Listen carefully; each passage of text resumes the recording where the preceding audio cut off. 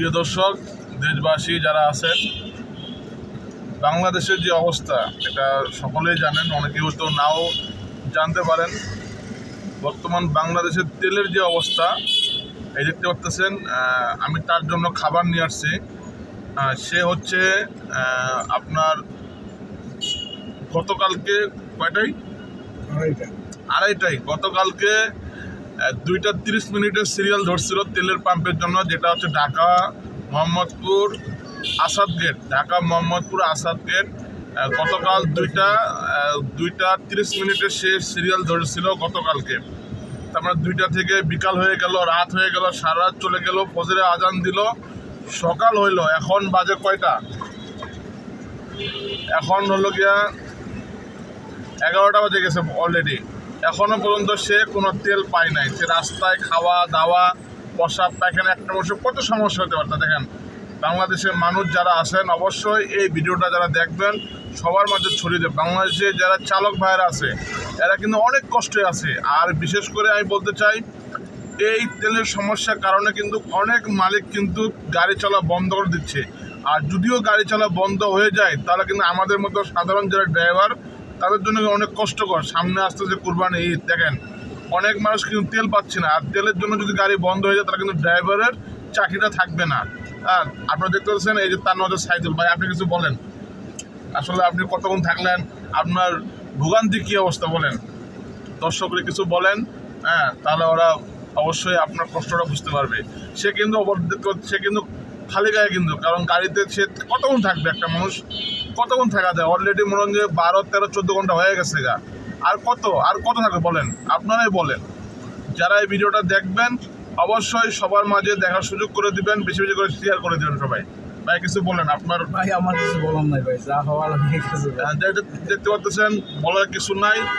আর গাড়িতে কিন্তু নাস্তা খাচ্ছে গাড়ির মধ্যে। গাড়িতে নাস্তা খাচ্ছে রাস্তায়। এটা কিন্তু কখনো আমরা জানি নাই যে এইভাবে রাস্তায় আমাদের খাওয়া দাওয়া করতে হবে, রাস্তায় সব কিছু করতে হবে। তেল নিতে গেলে তবুও কি আবার 1500 টাকার তেল, 1500 টাকা 2000 টাকার তেলের জন্য কিন্তু 15 ঘন্টা 18 ঘন্টা 16 ঘন্টা লাইনে থাকতে হচ্ছে। এত কষ্ট কেন ভাই, কেন কষ্ট বলেন? আর বিশেষ করে লাইনে যদি থাকার পর যদি আমরা ভুল তেল পাইতাম তাহলে মনে একটা শান্তি হইতো। আর বিশেষ করে কিন্তু রাত 10টার পরে কিন্তু এত ভিআইপি ভাই, দেখেন আমরাও তো একটা মানুষ, তাই না? রাত্রেবেলা কিন্তু যত ভিআইপি, যত সরকারি গাড়ি সব কিন্তু লাইন ছাড়া দিচ্ছে, সিরিয়াল ছাড়া দিচ্ছে। তো দেখেন ওরাও মানুষ, আমরাও মানুষ, তাহলে আমরা কেন সিরিয়াল থেকে তেল নিব আর ওরা কেন সিরিয়াল ছাড়াই তেল নিবে? অবশ্যই আপনারা কমেন্টে জানান ভাই। আইন সবার জন্য সমান, তাই বলে তো এত না। আপনারা বুঝতে পারছেন যে একটা মানুষ 15-16 ঘন্টা থাকার পর যদি 1500 টাকার তেল দেয় তাহলে ওই মানুষটার কী হবে আপনারাই বলেন। তাদের একটা কষ্ট।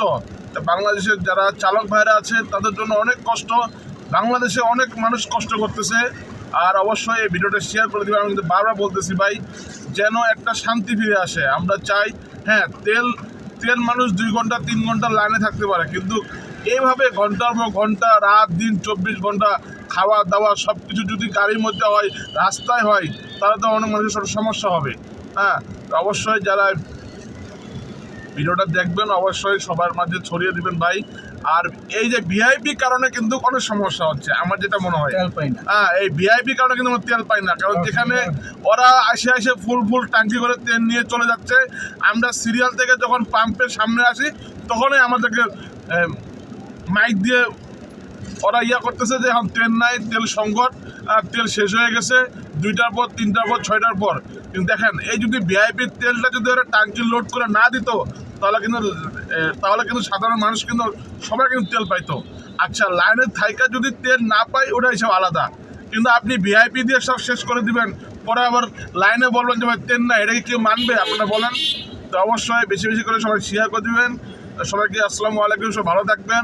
আমরা সাধারণ যারা ড্রাইভার আছে অনেক কষ্টে আছি ভাই, অনেক কষ্টে আছি।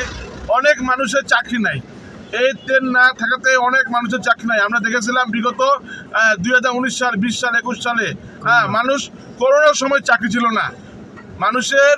যারা সাধারণ ড্রাইভার করোনার সময় চাকরি ছিল না। তো এরকম আরেকটা ভোগান্তি হয়ে গেছে, যেটা আমরা গাড়ি না চালানোর উদ্দেশ্যের জন্য কিন্তু আমরা এখন চাকরি ছাড়তেছি বা এখন চাকরি আমাদের থাকতেছে না, কারণ মালিক বলতে তেল নাই। যদি গাড়ি যদি তেল যদি না পায় তাহলে গাড়ি কেমনে চলবে? অবশ্যই ড্রাইভার রাখে তো তাদের কোনো লাভ নাই, ওরা যার যার মতো রিক্সা সিএনজিতে যাচ্ছে। আর সাধারণ মানুষ যারা ড্রাইভার আছে তাদের কিন্তু অনেক সমস্যা দেখেন, তাদের কিন্তু পরিবার বউ বাচ্চা, তারা দেখেন এই সাধারণ ড্রাইভার কোথায় যাবে? এই ড্রাইভারের প্রাইভেট ড্রাইভার কিন্তু কোনো জায়গায় কোনো স্কোপ না, কোনো শান্তি নেই। দেখেন যত কষ্ট শুধু ড্রাইভারের কষ্ট। অবশ্যই এই ভিডিওটা সবাই শেয়ার করে দিবেন। আর আপনাদের মন্তব্য কি বা আপনারা কি উত্তরে বলতেছেন, অবশ্যই আপনার উত্তরটা কমেন্টের মধ্যে জানিয়ে দিবেন সবাইকে। আসসালামু আলাইকুম, ধন্যবাদ।